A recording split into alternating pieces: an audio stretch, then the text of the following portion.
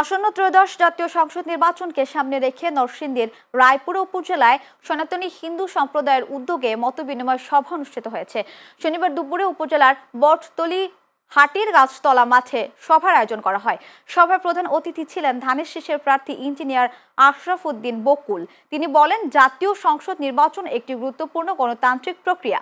সকল নাগরিকের ভোটাধিকার নিশ্চিত করতে শান্তিপূর্ণ ও উৎসবমুখর পরিবেশে নির্বাচনে অংশগ্রহণ করা জরুরি। একই সঙ্গে সাম্প্রদায়িক সম্প্রীতি বজায় রেখে দেশ ও সমাজের উন্নয়নে সবাইকে ঐক্যবদ্ধভাবে কাজ করার আহ্বান জানান তিনি। এ সময় উপস্থিত ছিলেন রায়পুরা পৌরসভার সাবেক মেয়র আব্দুল কুদ্দুস মিয়া, বিএনপির সভাপতি ইদ্রিস আলী মুন্সি ও জেলা বিএনপির সহ সাংগঠনিক সম্পাদক নাজমুল হক ভুয়া মোহন সহ অনেকে।